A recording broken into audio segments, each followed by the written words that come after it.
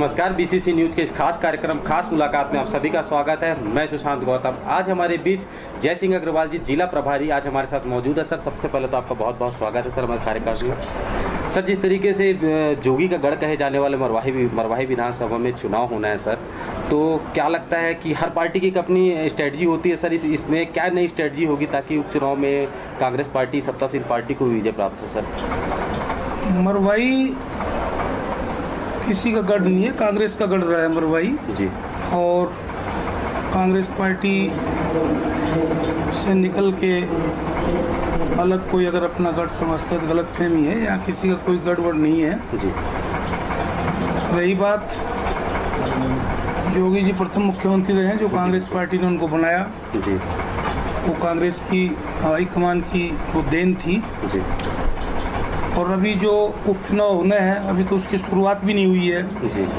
मुझे तो जिला का प्रभारी मंत्री बनाया गया है जी। कि जिले का जो डेवलपमेंट रुका हुआ है जी। क्योंकि नया जिला हमारी कांग्रेस की सरकार ने, माननीय भूपेश बघेल जी मुख्यमंत्री जी ने जी। नए जिले का गठन किया है। तो वर्षों से जो मांग लंबित थी, पिछले 15 साल तक भारतीय जनता पार्टी की सरकार रही जी।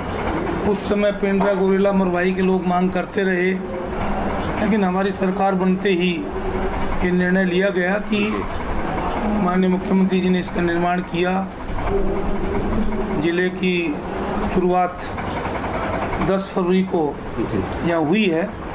नया जिला है, इसका डेवलपमेंट करना है और जिले का बेहतर विकास हो, यहाँ की जो समस्या है उनका समाधान हो और अच्छे डेवलप करना चाहते हैं जिले को। निश्चित तौर पे एक लंबी मांग रही है, बहुप्रतीक्षित मांग रही है गोरला पेंड्रा मरवाही को जिला बनाने की, और जो भूपेश बघेल की सरकार आने के बाद यहाँ पर जिला बन पाया हमारा क्षेत्र। सर, इसके विकास की रफ्तार में आगे आप है, क्योंकि कोरोना एक ग्रहण की तरह लग भी गया इस जिले में, अभी विकास की रफ्तार में इसको लाना है तो किस तरीके का रोड मैप तैयार है या कोई नए आइडियाज तैयार है कि ताकि इस देखिए, अभी प्रभारी मंत्री बनने के बाद जी मेरा इस जिले में पहला प्रवास है जी, और आज हम जिले की समीक्षा बैठक भी करेंगे और उस समीक्षा बैठक में बहुत सी चीज़ें आएंगी जी। साथ में अभी लगातार हम लोग जब से इस जिले में प्रवेश किए जी, तो जो हजारों की संख्या में कार्यकर्ता और आम जनता मिले हैं, उन्होंने भी अपने अपने ढंग से बहुत से ज्ञापन भी सौंपे हैं जी। और जो यहाँ की मांगे होंगी, जो जायज़ मांग होंगी, उनको पूरा करने का प्रयास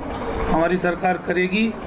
और जो समीक्षा बैठक होगी जी, उसके बाद इस जिले का डेवलपमेंट कैसे हो, इसमें इस दिशा में और तेजी से विकास किया जाएगा, काम किया जाएगा। सबसे बड़ी मांग इस क्षेत्र में रही है कि इस क्षेत्र में करोड़ों की बिल्डिंग का हॉस्पिटल बनता है सर। हॉस्पिटल बनने के बाद इतनी महंगी बिल्डिंग बनी, उसके बाद यहाँ डॉक्टरों की नियुक्ति नहीं है, डॉक्टरों के साथ साथ यहाँ मशीनरी नहीं है जिस तरीके से, और जिला अस्पताल अब बन चुका है, लेकिन फिर भी ये रिफर सेंटर के नाम से अब जिला अस्पताल को कहाँ रिफर किया जाएगा? पहले की बात मैं नहीं करता, मैं सिर्फ इतना कहूँगा कि यहाँ डॉक्टर भी होंगे जी और हॉस्पिटल में उपकरण भी होंगे, धीरे धीरे सारी व्यवस्थाएं होंगी जी, और इस जिले का डेवलपमेंट बहुत बेहतर तरीके से होगा, ये मैं विश्वास दिलाता हूँ। सर, एक सबसे गंभीर समस्या हमारे यहाँ है जो सड़कों को लेकर है सर।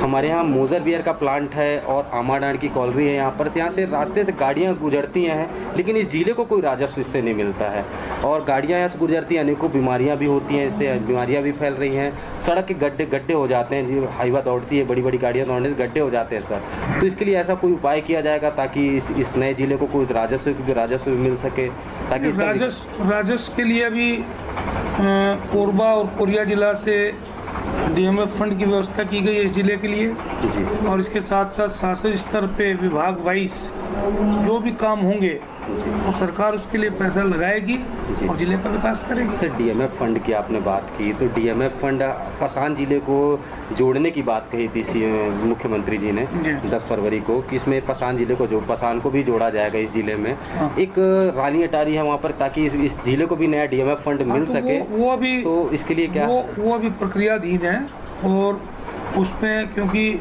वो मेरा स्वयं का विभाग है जी, बिल्कुल, और उसमें अपनी तरफ से मैं आदेश कर चुका हूँ, उस प्रक्रिया में है। कोई भी चीज़ सरकारी काम में थोड़ा समय लगता है, लेकिन सारी चीज़ें धीरे धीरे होंगी। सर एक सबसे महत्वपूर्ण सवाल है सर कि बेरोजगारी पे, जहाँ पर छत्तीसगढ़ सरकार में जैसे ही कांग्रेस की सरकार आई तो उस वैकेंसी निकली नहीं है सर। वैकेंसी निकलने के बाद एक एसआई की वैकेंसी निकलती है, एसआई की वैकेंसी का एग्ज़ाम होता है, फिजिकल होता है, लेकिन वैकेंसी रद्द हो जाती है और उसके बाद वैकेंसी निकलती है, रद्द हो जाती है। इसका कारण वो नहीं है, बहुत सी चीज़ें आपने देखा होगा कि मान लीजिए कोई भी वैकेंसी निकाली जाती है, उसमें अगर कोई न्यायालयीन प्रक्रिया अगर बीच में आती है तो उस नाम से कई बार वो वैकेंसियाँ रुकती हैं। और वैसे सरकार हमारी जो बेरोजगार उनको रोजगार देने का काम करना चाहती है और उस दिशा में भी प्रयास चल रहे हैं।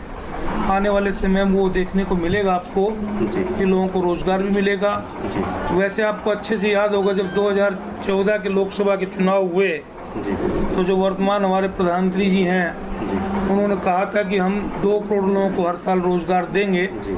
मेरे ख्याल से 6 साल उस सरकार को हुआ है और टोटल 2 करोड़ लोगों को रोजगार नहीं मिला है। मैं तो कोरबा की बात अगर करूं बिल्कुल बेरोजगारी ये कह सकता हूं कि हजारों लोगों का रोजगार, बल्कि जो बाल्को लैंको जो प्लांट है उनसे हजारों लोगों को नौकरी से निकाला गया है। जी